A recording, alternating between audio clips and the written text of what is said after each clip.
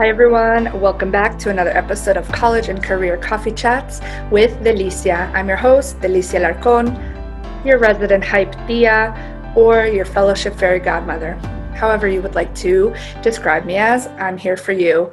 This is another episode of interviews and guest speakers coming in to chat with me about being a first generation, how to navigate imposter syndrome, how to navigate the world today in the work environment, the application process, the undergraduate admissions, and the graduate admissions process. We're here together to chat about it, to peel back the layers, to peel back the curtain behind what happens in higher education, to really provide the skills and the tools necessary to succeed in whatever that goal is for you.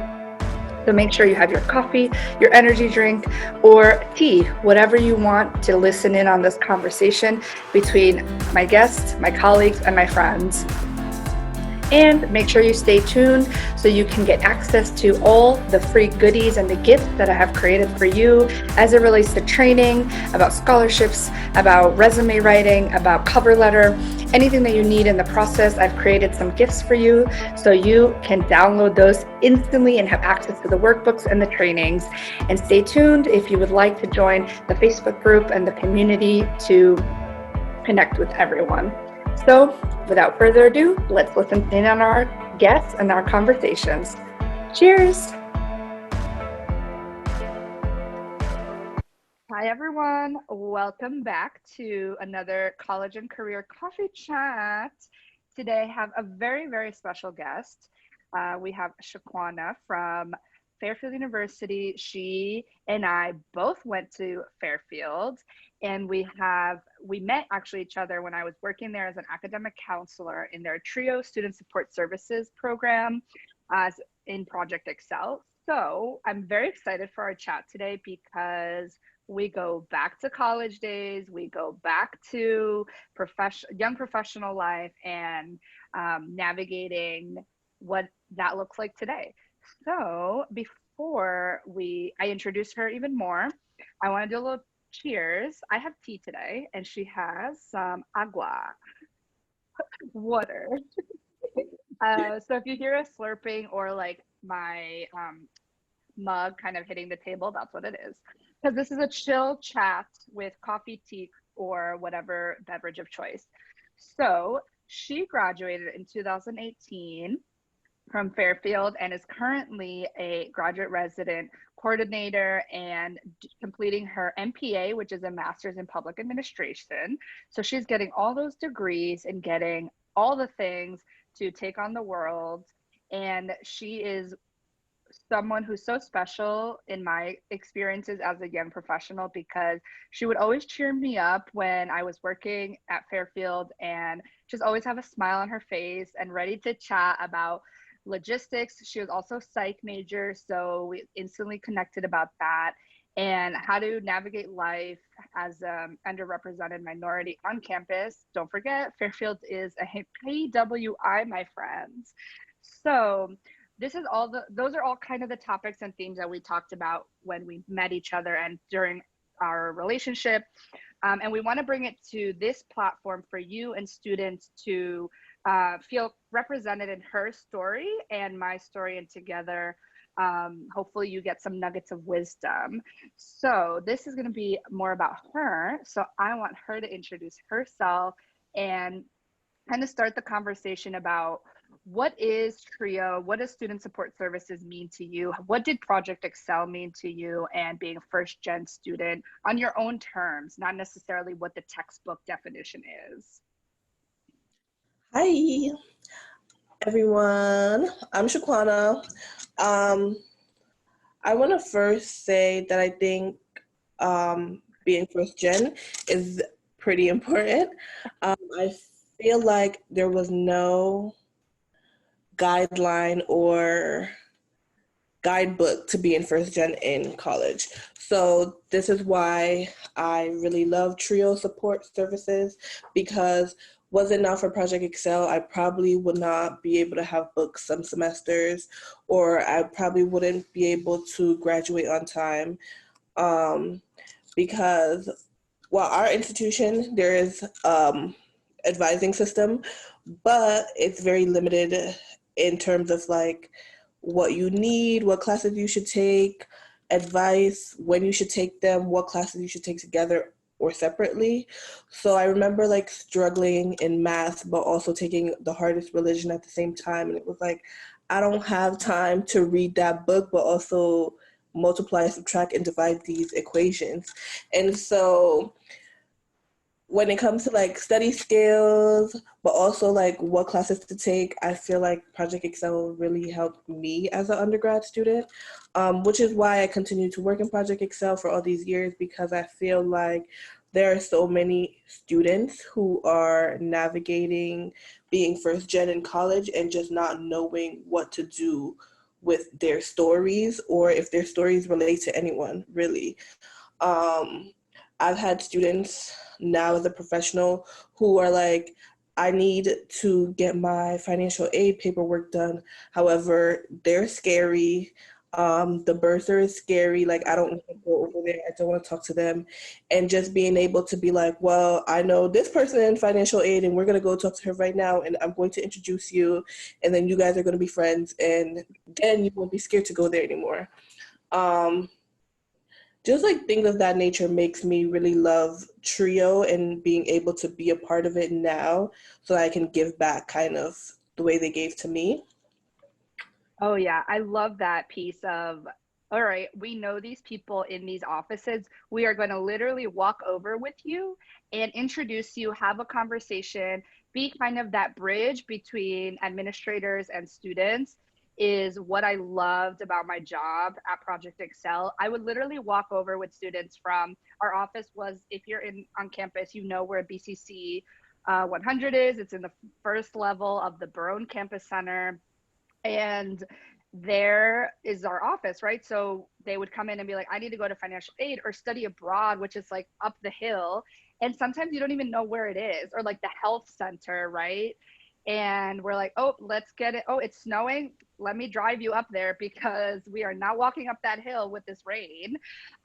So I think that's so important with student development and bridging that connection, because the bursar is scary. The financial aid office is scary when you don't know what goes on or how it's happening as a first gen student. You don't know the system in many ways. So you're like, I'm just not going to turn this paper in. I'm just not going to ask this question. But then you get kind of screwed over in a way because you're not advocating for yourself in that way. And you can be missing dollars to your financial aid package, or you missed a deadline with the bursar and that has a fee or like financial repercussions. So I love that you're continuing kind of that bridge to be like, let's go, we're friends, we're going to make this happen. Right. I feel like, and it happens so much across campus, it's just not like talked about, but also like first gen students of color who need mental health services, but they're scared to go to the health center because of the stigma around getting help. Mm-hmm. I just see it happen across campus, or like sometimes it's like small, like relational. Like I had an interaction with this one person and they were not nice, so I'm never going back to them. But you need Mm-hmm. throughout the journey. So like, how can we get you help with someone that you do like in that office, or Mm-hmm. work on repairing this relationship that was damaged when that person said something to you that you perceived as negative, but probably was not meant to be that way. Mm, true. Yes, because sometimes administrators speak in like their office terms and that might not connect with the first year student or second year student, and then they get scared and they're just like X on that person. I love the piece about mental health because I remember I had a student once that came crying into my office and I was like, what's going on? I'm not a licensed therapist. Like I can de-stress you and de-escalate you, but then we got to talk about this, what's going on. So, and she was terrified of going to the mental health advisors, I mean, the therapists on campus. And that's why the diversity office started bringing therapists into the office to have sessions there to de-escalate that barrier. But anyways, that was before this happened on campus. So I took her and she was so scared to go into the office because of the barrier of not knowing who they were. So I sat in the office waiting for her to have her session, so she knew someone was supporting her from that. Because like for confidentiality reasons, I couldn't go into the session, which is totally fine. But she still wanted me to sit and wait for her outside, so then we can walk down or drive back down to Barone Campus Center to kind of debrief that also. So I think people like you who are still on campus that can do that is so important to bridge this retention gap with students. Right. I had the same experience where I had to bring a student and wait for her in the waiting room. But then I also started to think about my experience in undergrad and how many times I ran back to my room, crawled into my bed when I should have really been going to go talk to a therapist.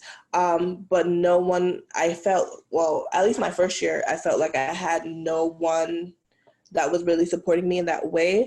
And also I had my own negative connotation when it comes to seeking therapy. So I just thought, in the office while I was waiting for that student, I just thought about how I wish I had someone to do this with me in college. Yeah, absolutely. Yeah, because I went when you were a junior, I was at Fairfield, so I didn't know you as a first year student.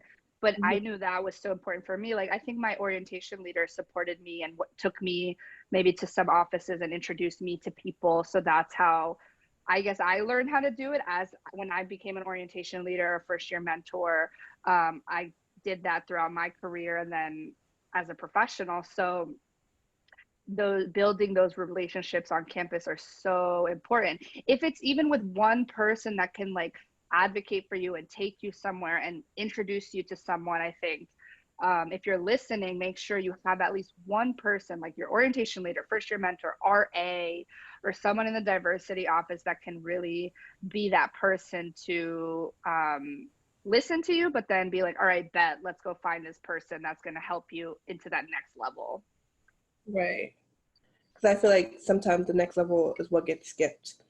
I loved Ray my first year, but I just wasn't telling her my business because I was like new to campus and I just didn't trust issues periodically. So I was love her. She seems great, but not telling her my business. Not gonna tell her that I'd be crying at nighttime. Like that's for me to know and for nobody else.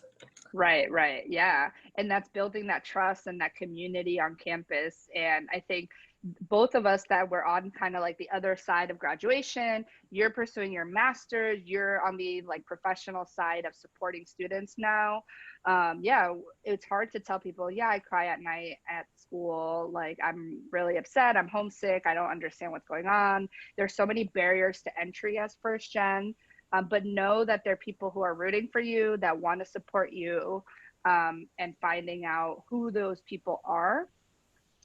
And that makes me think of like going from your first year of like maybe being afraid to talk to someone to support you to now in a master's program. How did you make that transition from undergrad to a master's program and killing it now? Thanks. Things as I struggle. I think my transition to my master's program was pretty comfortable because of my experience as an undergrad. So from having nights where I would cry myself to sleep to deciding that, okay, well, living on campus is cool, but maybe it's not for me right now. To transition into being a commuter student where I had to like literally be in the commuter lounge, be in the lower level, communicating with people, getting to know people. That really helped me in my transition now because I learned how to like talk to people. I learned how to ask questions. I learned different things about campus that I didn't know just from being a residential student. Which is why when my first year in my master's program, I was like, I wouldn't say struggling, but I was having a challenge with imposter syndrome in my classes because everyone was white or everyone was older than me, I felt like I did not belong. Which I didn't understand how much of an effect that was really having on me when I was going to classes and experiencing classes and being scared to talk in class. Because I have not, like, I'm pretty outspoken. Like, I don't have saying how I, Yeah. but I noticed that I would, like, kind of revert back into a shell and not participate as much. Mm-hmm. Um, and so I think I just was like, whoa, wait, like I can't, like, what am I doing here? Like, how do I fix this feeling that I'm feeling? And what is this feeling that I'm feeling? Because I did definitely experience imposter syndrome before undergrad. However, nothing like this, like the level Mm-hmm. that this feeling was. And I think it's because like everyone in my classes were older than me. They had like families. A lot of their experiences that they would share would be about their kids and stuff of that nature. So I was like pretty overwhelmed. I truly truly cannot express the importance of like asking questions or just saying that you feel overwhelmed. I went to my she's like the one of the heads of the program currently, and I went to her office because I don't want to say never, I've never turned in late work without an extension before. Mm-hmm. I remember for our midterm or final or something, I just felt so overwhelmed with the whole program, with the imposter syndrome, that I worked on my midterm exam so much for so long, and I just didn't turn it in when it was due because I was like, it's not good enough. And Mm-hmm. that was the first time I've ever turned in late work, and it made me feel so trashy. Or like so, like I just felt like really, really disappointed in myself, I should say, not trashy. Um, Mm-hmm. And I remember going to her office and I just sat on her couch and I just started to cry. Like I just started to tell her everything I was feeling and how this is how I feel. This is why it was late. I know it's like not acceptable and I'm not trying to make excuses, but you should know that this is how it feels attending your class every week. And this is how I feel handing in work to you because I'm always second guessing my work. And even though it's done on time, I handed it in late because I was like, it's not good enough and I have to redo it and I have to redo it and I have to redo it until it's good enough. And Mm-hmm. that was like like, in my life, that was such a revolutionary moment because my professor was scary. Like, she was scary. And, like, she's like the head of the program. So I was like, oh, she's not going to take nothing from me. I can't be doing this. Um, And then she sat like I didn't expect her to react the way she reacted, but then she reacted so well to me crying out. I was just like, wow, thank you. Thank you for like sharing with me your experiences. She shared her experiences in grad school. Though it was not her experience was not imposter syndrome because of race. It was because of sex. And that whole thing just made me feel so much more grounded in my program. Granted, I don't think I should have pursued an MPA. I think I should have Mm-hmm. a medicine degree or a social work degree because that more Okay. fits my background and the things that I want to do with my life. Mm-hmm. But that moment with that professor made me feel like, okay, I can finish this program. Mm-hmm. It's okay to second guess, or it's okay to feel overwhelmed in this space, but like what can I do to ensure that those feelings don't affect the work that I'm producing? Mm-hmm.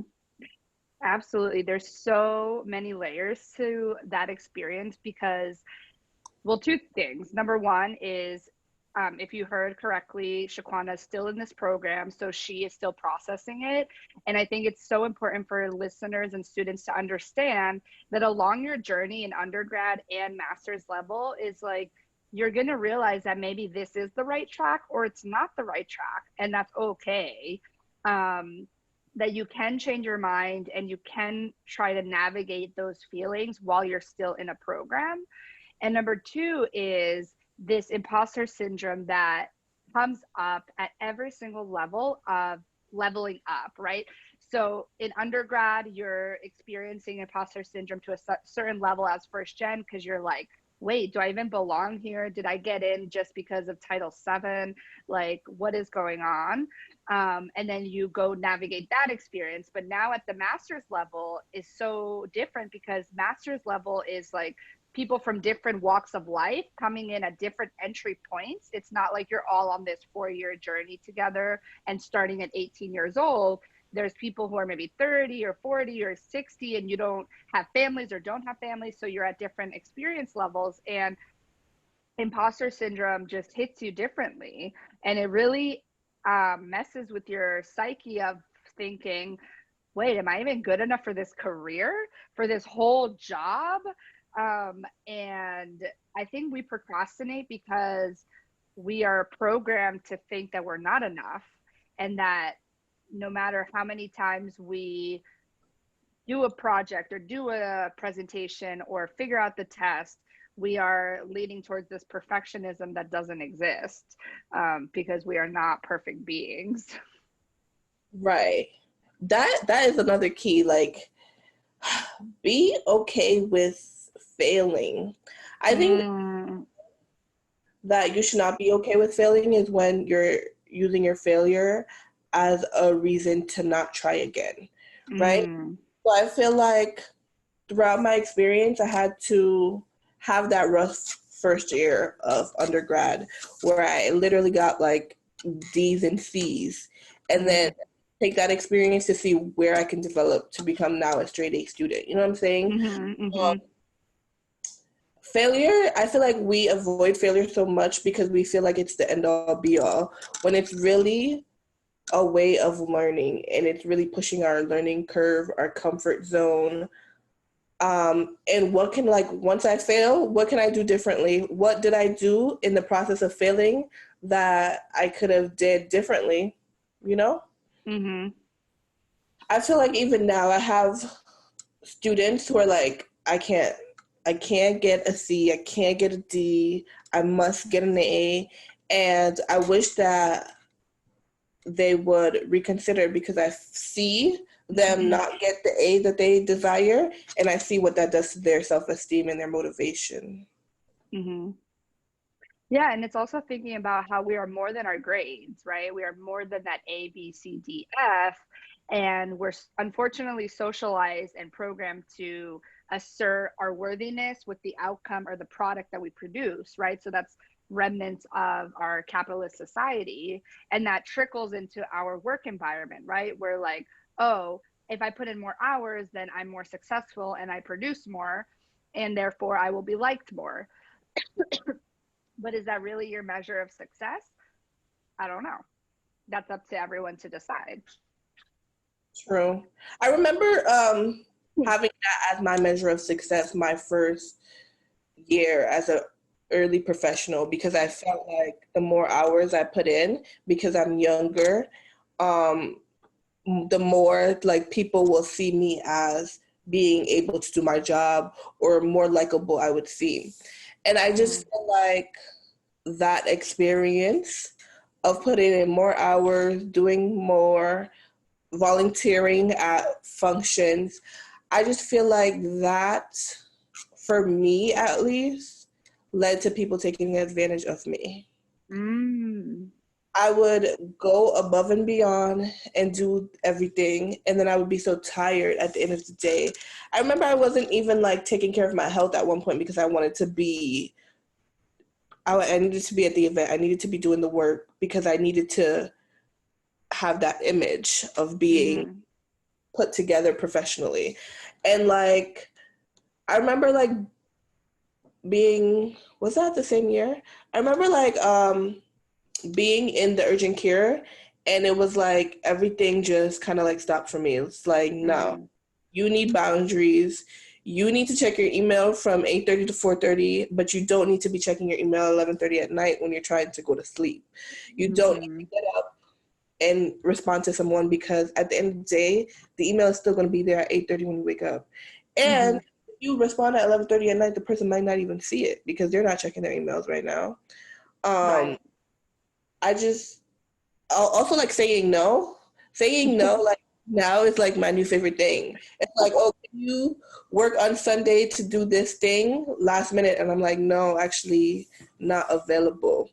Before I'd be like, yes, I could do it. Switch everything in my life to be able to accommodate my job. When it's like, okay, if you're not there, the function is still going to happen.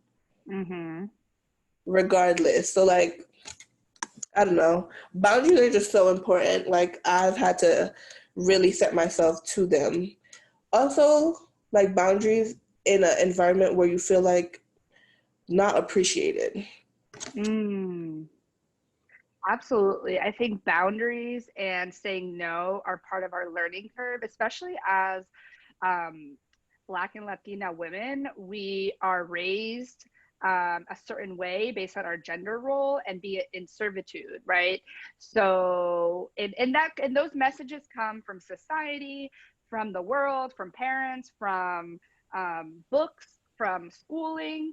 So if you're listening in, I think boundaries and saying no are really hard for us because we are raised a certain way to show up and present ourselves a certain way. And I think we learn along the way that if we do that, we're going to burn out. If we haven't already, we're going to end up in the ER because our body is going to tell us when we've done too much, right? We have to sleep appropriately. We have to eat appropriately. We have to exercise. We have to incorporate wellness as part of our holistic experience. And it's pretty ironic that we learn about that at Fairfield specifically with care for the whole person, right? But how are we actually doing that in our lives is so important. And I commend you for learning that at a very young age as a master's level student and first gen, and that's going to serve you in your career, because you're right, you shouldn't be responding to emails at 11:30 p.m. And if you are, then we need to have a conversation about, okay, what does your self-care look like? What do your boundaries look like in the work environment? And if that's something that is expected from you, from an employer, then we need to start looking for jobs, my friend. Right. Right. Even with my RAs now, I feel like I give them a task and they're like, okay, gotta do it right now, I'm just like, hold on, calm down. What, does it look good for you to do it right now? Like, do you have something else to do right now? Like, it's no rush, because the task is going to get done. Right, that time management. Right. And like, as long as you put the time to take the time to plan it out, or like when I'm having meetings with my RAs and we're literally on Zoom and I could tell that they didn't sleep last night.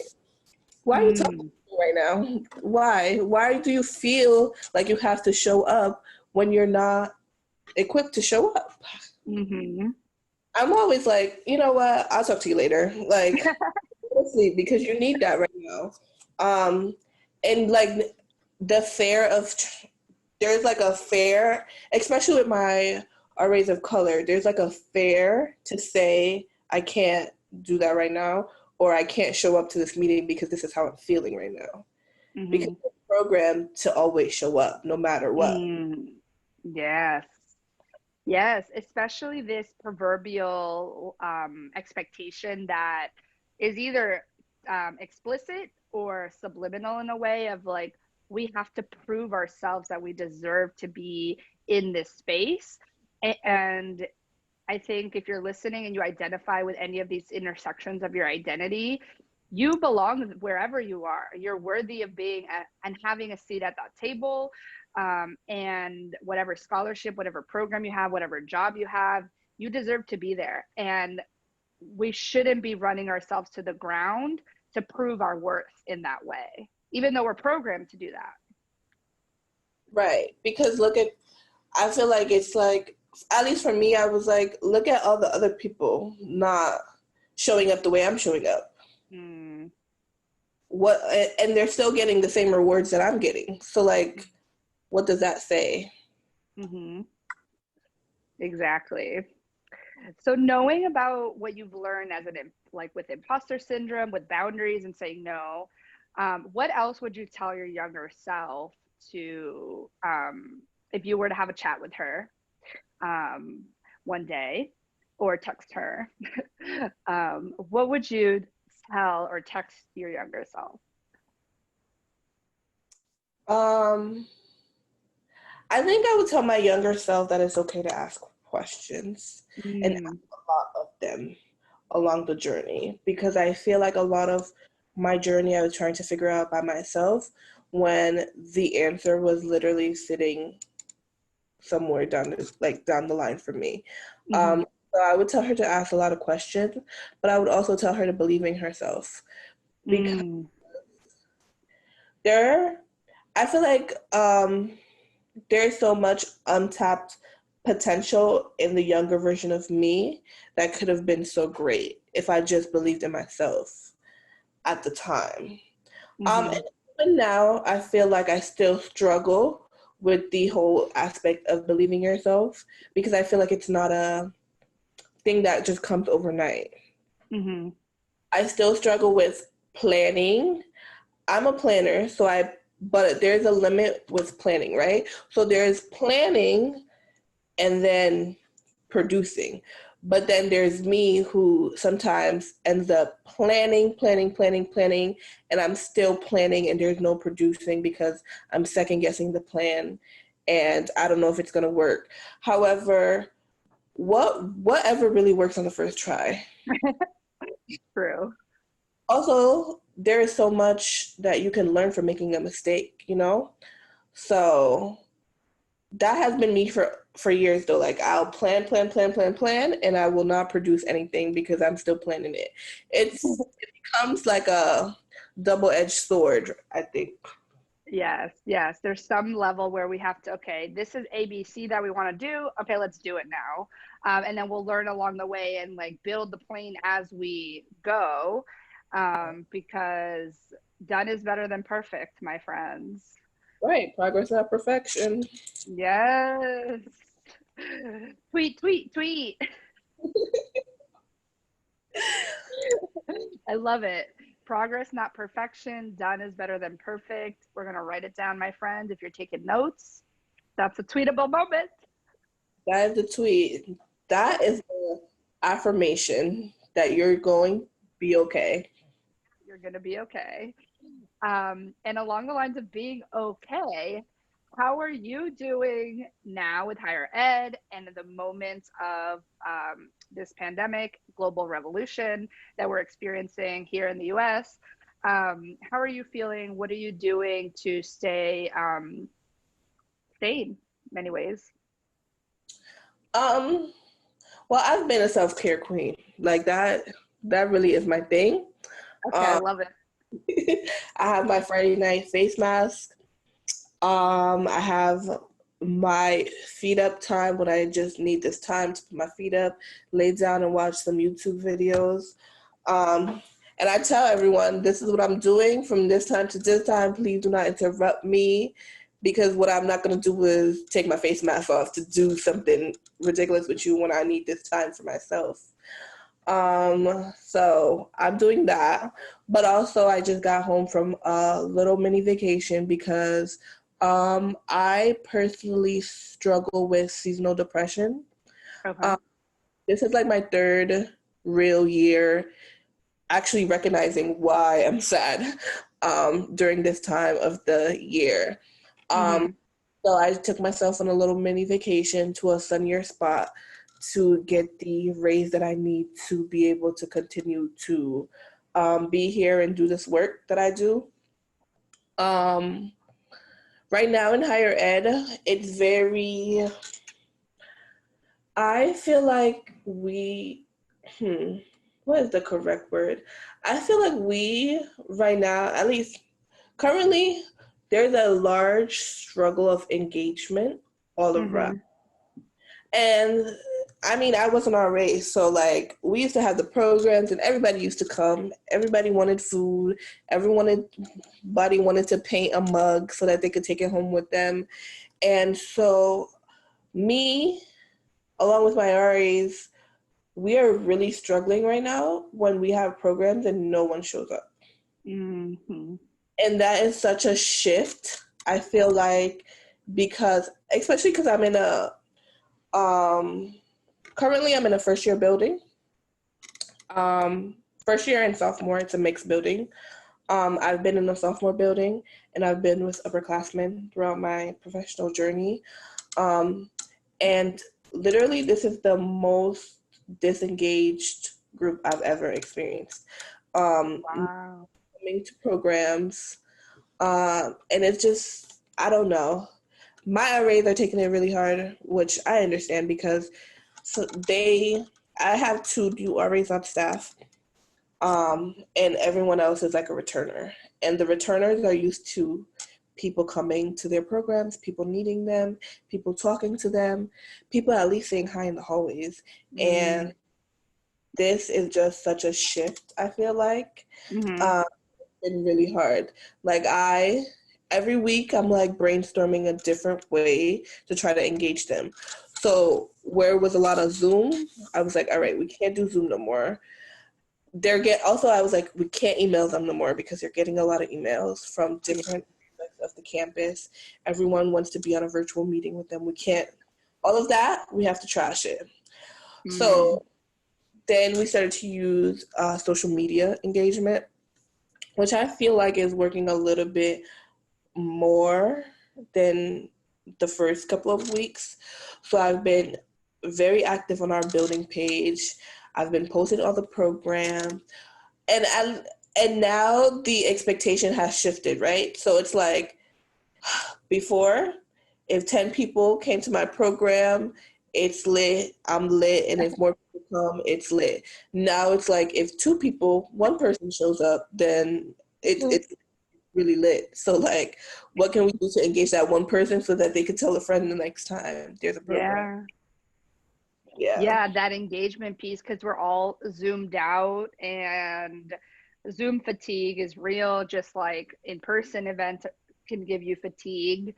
And that expectation to have students on like a screen all day is not realistic. Like it's gonna hurt their eyes, it's gonna hurt their back because they're sitting down so long. Like the Blu-ray glasses are in because you want to protect your eyes. And also like headaches from like just staring at the screen all day. I think people maybe don't realize when we first started this whole shelter in place situation, they're like, oh, let's engage online, let's do it. But it's like 7 months later, and hold on, we need to rethink this whole model. Right, because the students, if I'm Zoom fatigued, I know the students are Zoom fatigued. So I don't really blame them when they don't show up to a program. Yeah. You know? Yeah. It's like, also like now that we're like 7 months out, we have different ways of engaging socially distant, which is great because now we have the in-person happening on campus.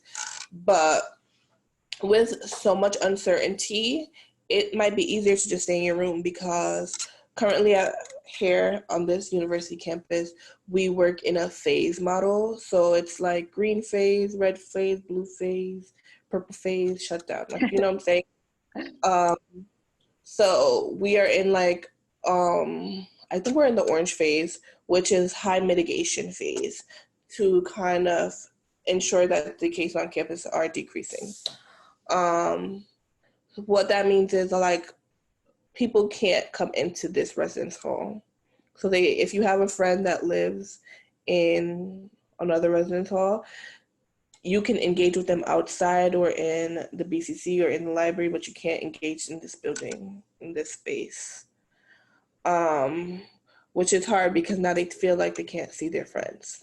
Yeah. A building just shut down 2 weeks ago because there was like a building quarantine, basically. That building was shut down for 14 days to mitigate because there was a lot of number of cases coming from that building specifically. Oh, damn. Yeah, so then now it's like a stigma that I can go to that building because they shut down. So like if I go in there, I might catch COVID, you know? Yeah.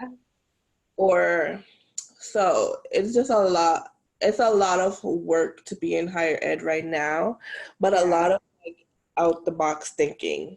Mm-hmm. And I feel like sometimes people struggle with out the box thinking, including myself. Mm-hmm.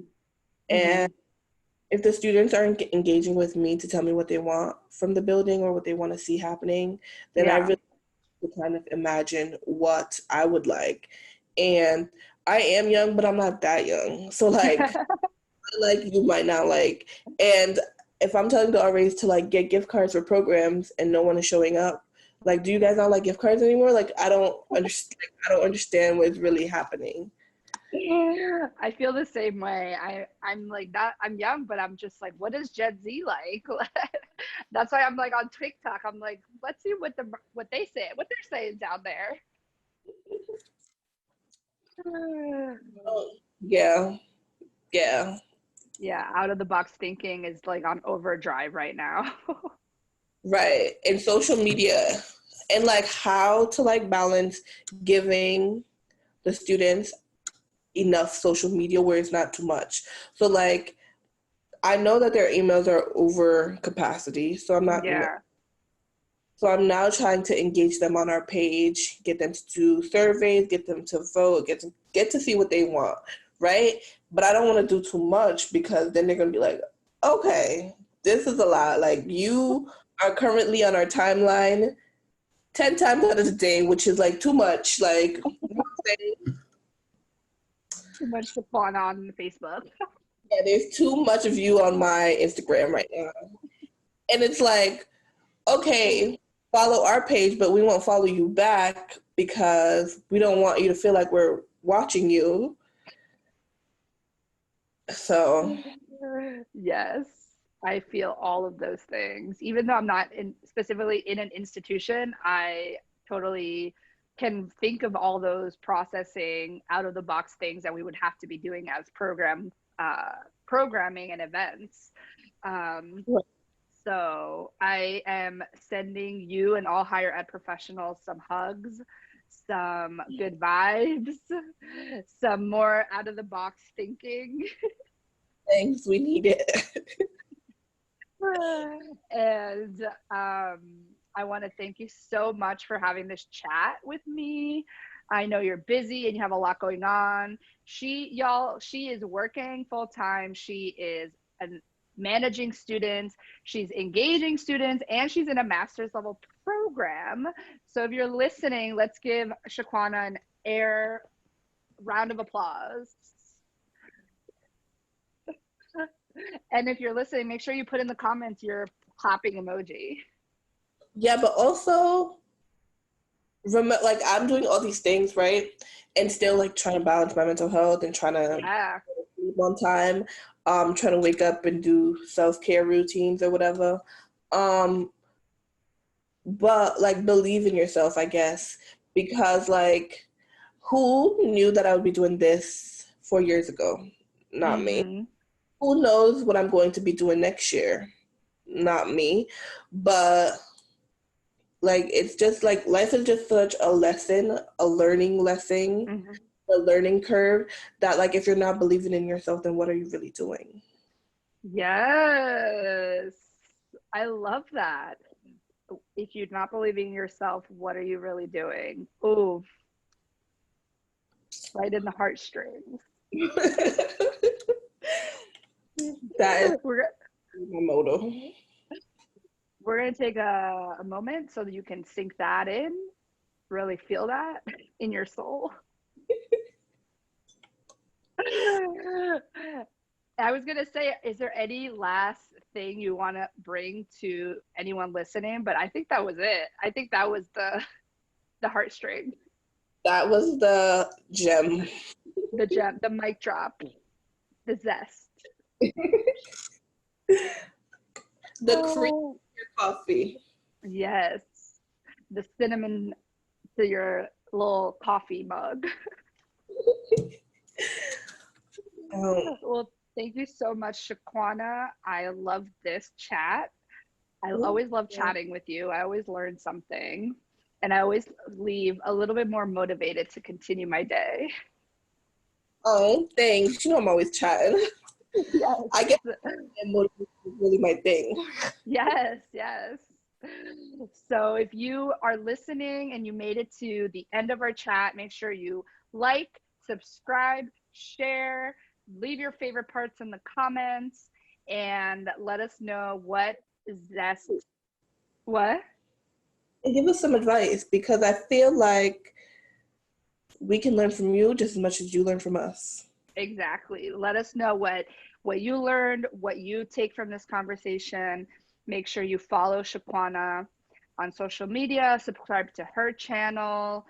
She always is dropping gems on her pages. So give her some love too. And I'll put everything in the show notes so you know exactly where to find her. Thank you. You're welcome. Ciao, ciao. Until next time. Until next time. I can't wait to do it again. Yes. Come back for part 2. Wow, my friends, we made it to the end of another amazing episode. If you enjoyed this episode and learned something, please make sure that you rate, review, subscribe, and let us know your biggest takeaway from today's episode and commentary on your biggest learning. If you would like more information about the person that I interviewed and the guest, make sure you check out the show notes where all the information will be there on how to reach them, learn more about their work. And if you would like to work with me, please check out the website www.deliciaalarcon.com/services, and that's where you will learn how we can work together. You can add me on Instagram, Delicia D. Alarcon, where we can chat and connect that way as well. So I hope you enjoyed this episode, and cheers to the next one. Again, I'm Delicia, your host for College and Career Coffee Chats, or your resident hype Tia. Until next time, my friends, cheers.